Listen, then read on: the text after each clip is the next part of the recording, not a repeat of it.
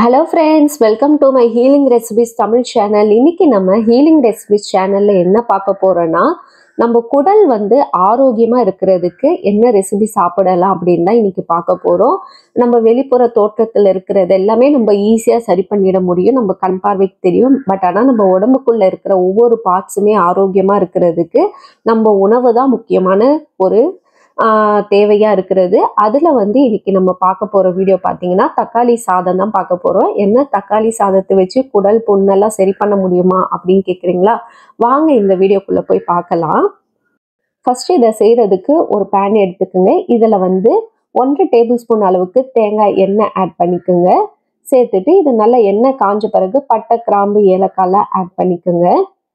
இது கூடவே 1/2 டீஸ்பூன் அளவுக்கு சோம்பு சேர்த்துக்கோங்க. 3 பல்லு பூண்டை பொடியா கட் பண்ணி ஆட் பண்ணிக்கலாம்.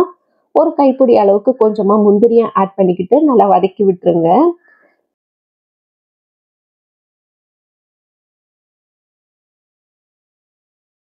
இப்போ இது கூடவே 2 காஞ்ச மிளகாவை கிள்ளி சேர்த்துக்கலாம். ஒரு பச்சை மிளகாவையும் ஆட் பண்ணிக்கோங்க.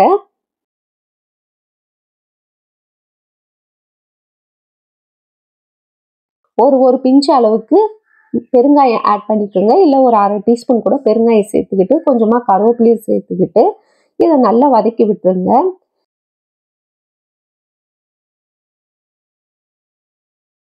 இப்போ இதுல ஒரு வெங்காயத்தை பொடியா கட் பண்ணி ஆட் பண்ணிக்கலாம். வெங்காயம் நல்லா வதங்கின பிறகு ஒரு 1/2 டீஸ்பூன் அளவுக்கு இஞ்சி பூண்டு பேஸ்ட் ஆட் பண்ணிக்கோங்க. இஞ்சி பூண்டு பேஸ்ட் சேர்த்துட்டு அது பச்சை வாசனை போகிற வரைக்கும் வதக்கிக்கலாம்.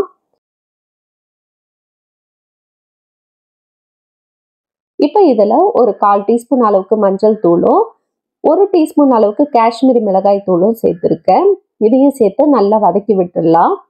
அந்த மிளகாத்தூளுடைய பச்சை வாசனையெல்லாம் போன பிறகு நான் ஒரு 3 தக்காளியை இதில் பொடியாக கட் பண்ணி ஆட் பண்ணியிருக்கேன். தக்காளி சேர்த்துட்டு இது கூடவே தேவையான அளவுக்கு உப்பு ஆட் பண்ணிக்கோங்க. சேர்த்துட்டு இதை நல்லா வதக்கி விட்டுருங்க. தக்காளி குழைய வெந்து வரணும். இது சீக்கிரமா வேகிறதுக்காக ஒரு 1/2 கப் அளவுக்கு தண்ணி சேர்த்துக்கிட்டு இதை ஒரு மூடி போட்டு நல்லா கொதிக்க விட்டுடலாம். தக்காளி சாஃப்டா குக் ஆகி வரணும்.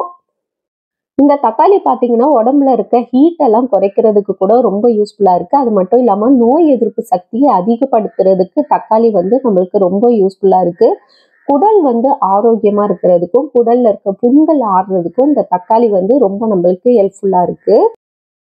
இதை தக்காளியை நீங்க தக்காளி சாதம் மாதிரி தான் சாப்பிடணும்னு கிடையாது. தக்காளி ஜூஸ் போட்டு குடிக்கலாம், இல்லைன்னா தக்காளி சூப் வச்சு குடிக்கலாம். உங்களுக்கு எந்த மாதிரி பிடிக்குமோ அது மாதிரி எடுத்துக்கலாம். பட் ஆனால் தக்காளியில் இந்த மாதிரி நல்ல பெனிஃபிட்ஸ்லாம் இருக்குது. ஸோ தக்காளியை அவாய்ட் பண்ண வேண்டாம். நம்ம நார்மலாகவே டெய்லி எல்லா உணவுலையும் சேர்த்துப்போம். கொஞ்சம் எக்ஸஸாக நம்ம தக்காளி வாரத்துக்கு 1 முறையோ 2 முறையோ நீங்கள் எடுத்துக்கும் போது இன்னும் உடலுக்கு ரொம்ப நல்லது.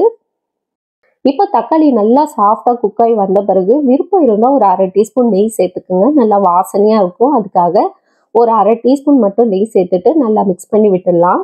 இப்போ ஆல்ரெடி நான் வேக வச்ச அரிசி 1 கப்பு அரிசியை இதில் ஆட் பண்ணிக்கிறேன். இது சாதா அரிசி தான். நம்ம வேக வச்ச அரிசியை கொஞ்சம் உதிரியாக வடித்து எடுத்துக்கிட்டு இதில் சேர்த்து நல்லா மிக்ஸ் பண்ணி விட்டுருங்க. மிக்ஸ் பண்ணி விட்டுட்டு ஒரு 5 நிமிஷத்துக்கு இதை மூடி போட்டு மீடியம் ஃப்ளேமில் அப்படியே வேக விட்டுடலாம். அது வேக வைக்கும் போதே அது கூட கொஞ்சமாக கருவேப்பிலையும் கொத்தமல்லியும் பொடியாக கட் பண்ணி ஆட் பண்ணிக்கிட்டு மூடி போட்டு ஒரு 5 நிமிஷம் அப்படியே மூடி வச்சிடலாம். அவ்வளோதான், ஒரு சூப்பரான தக்காளி சாதம் நம்மளுக்கு ரெடி ஆயிடுச்சு. நம்ம குடல்ல இருக்க புண்கள் ஆறுறதுக்கும் குடல் பிரச்சனைகள் வராமல் இருக்கிறதுக்கும் இந்த ரெசிபி உங்களுக்கு ரொம்ப யூஸ்ஃபுல்லாக இருக்கும்.